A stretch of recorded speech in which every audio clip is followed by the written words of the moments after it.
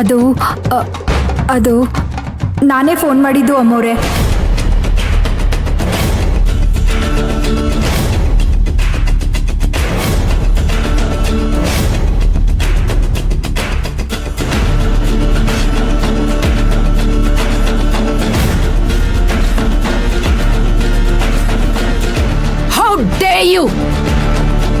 ನನ್ನ ಗಂಡನ ಮಾತು ನಾನೇ ಮೀರೋದಿಲ್ಲ.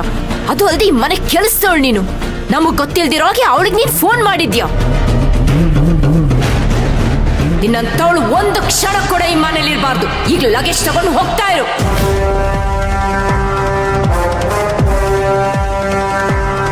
ಸಮಂತ, ಇವಳ್ದೇನಿದೆಯೋ ಅದೆಲ್ಲ ಸೆಟಲ್ಮೆಂಟ್ ಮಾಡಿ ಕಳಿಸ್ತಾ ಇರು.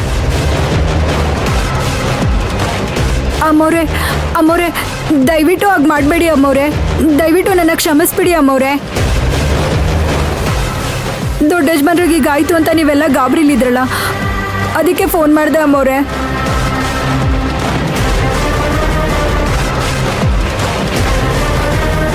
ಇಂಥ ಸಮಯದಲ್ಲಿ ಚಿಕ್ಕ ಯಜಮಾನ್ರು ಇರಬೇಕಾಗಿತ್ತು ಅಂತ ನೀವು ಹೇಳ್ತಿದ್ರಲ್ಲ, ಅದಕ್ಕೆ ಅವ್ರು ಬಂದರೆ ಎಲ್ಲರೂ ಧೈರ್ಯವಾಗಿರ್ತಾರೆ ಅಂತ ಯೋಚನೆ ಮಾಡಿ ಫೋನ್ ಮಾಡಿದೆ ಅಮ್ಮೋರೆ. ದಯವಿಟ್ಟು ಕ್ಷಮಿಸಿ ಅಮ್ಮೋರೆ.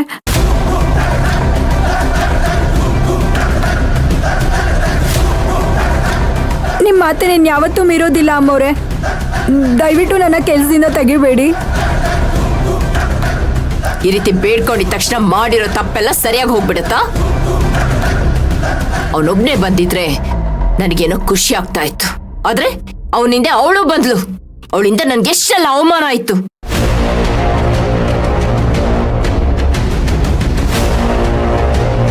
ಅದಕ್ಕೆಲ್ಲ ಕಾರಣ ನೀನೇ. ಅಂದಮೇಲೆ ನೀನ್ ಯಾಕೆ ಇಲ್ಲಿರ್ಬೇಕು? ಹೋಗ್ತಾ ಇರು. ಅಮ್ಮವ್ರೆ, ನೆಲೆ ಇಲ್ದೇ ಇರೋಳು ನಾನು ಇಲ್ಲಿ ಬಂದು ಒಂದು ನೆಲೆ ಕಟ್ಕೋತಾ ಇದ್ದೀನಿ. ಈಗ ನನ್ನ ಈಚೆ ಹಾಕ್ಬಿಟ್ರೆ ನಾನು ಹೇಗೆ ಜೀವನ ಮಾಡಲಿ ಅಮ್ಮವ್ರೆ? ದಯವಿಟ್ಟು ನನ್ನ ಕ್ಷಮಿಸ್ಬಿಡಿ ಅಮ್ಮವ್ರೆ.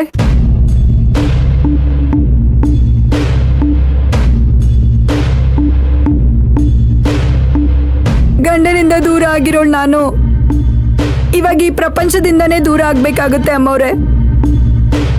ದಯವಿಟ್ಟು ನನ್ನ ಕ್ಷಮಿಸ್ಬಿಡಿ. ದಯವಿಟ್ಟು ನನ್ನ ಮನೆಯಿಂದ ಆಚೆ ಕಳಿಸ್ಬೇಡಿ ಅಮ್ಮವ್ರೆ.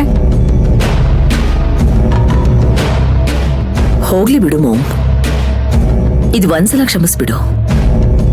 ಇವಳಿನ ಮನೆಯಿಂದ ಹೊರಗೆ ಹಾಕಿದ್ರೆ ಇವಳೇನಾದ್ರೂ ಹೆಚ್ಚು ಕಮ್ಮಿ ಮಾಡ್ಕೊಂಡ್ರೆ ಅದು ಕೂಡ ನಮ್ಮ ತಲೆ ಮೇಲೆ ಬರುತ್ತೆ.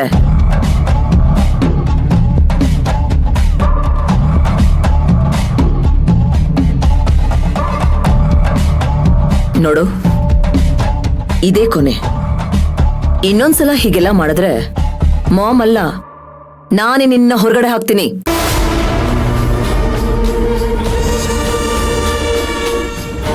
ನೆಟ್ಟ ಕೆಲಸ ಮಾಡ್ಕೊಂಡಿರೋದನ್ನ ಕಲಿ.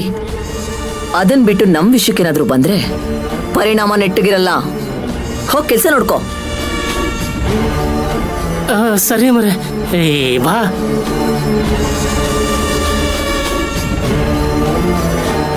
ಮನೆ ಕೆಲಸದವರೆಲ್ಲ ಅವಳಿಗೆ ಇನ್ಫಾರ್ಮೇಶನ್ ಕೊಡೋ ಹಾಗಾಗಿದ್ದಾರೆ. ಇನ್ಮೇಲೆ ಇವಳ ಮೇಲೊಂದು ಕಣ್ಣಿಟ್ಟಿರಿ.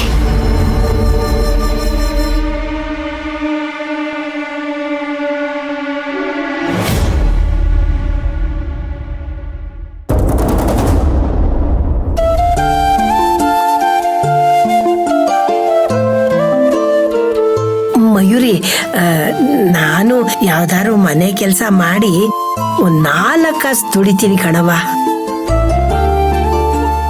ಹೆಂಗಿದ್ರು ಕುಮಾರಿ ಮನೇಲೆ ಇರ್ತಾಳೆ, ಅವಳು ಎಲ್ಲ ನೋಡ್ಕತ್ತಾಳೆ.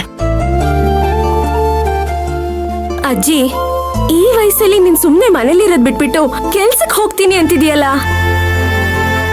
ನೀನ್ ಎಲ್ಲೂ ಹೋಗೋದ್ ಬೇಡ, ನಾನೇ ಯಾವ್ದಾದ್ರು ಕೆಲ್ಸ ನೋಡ್ಕೊಂತೀನಿ.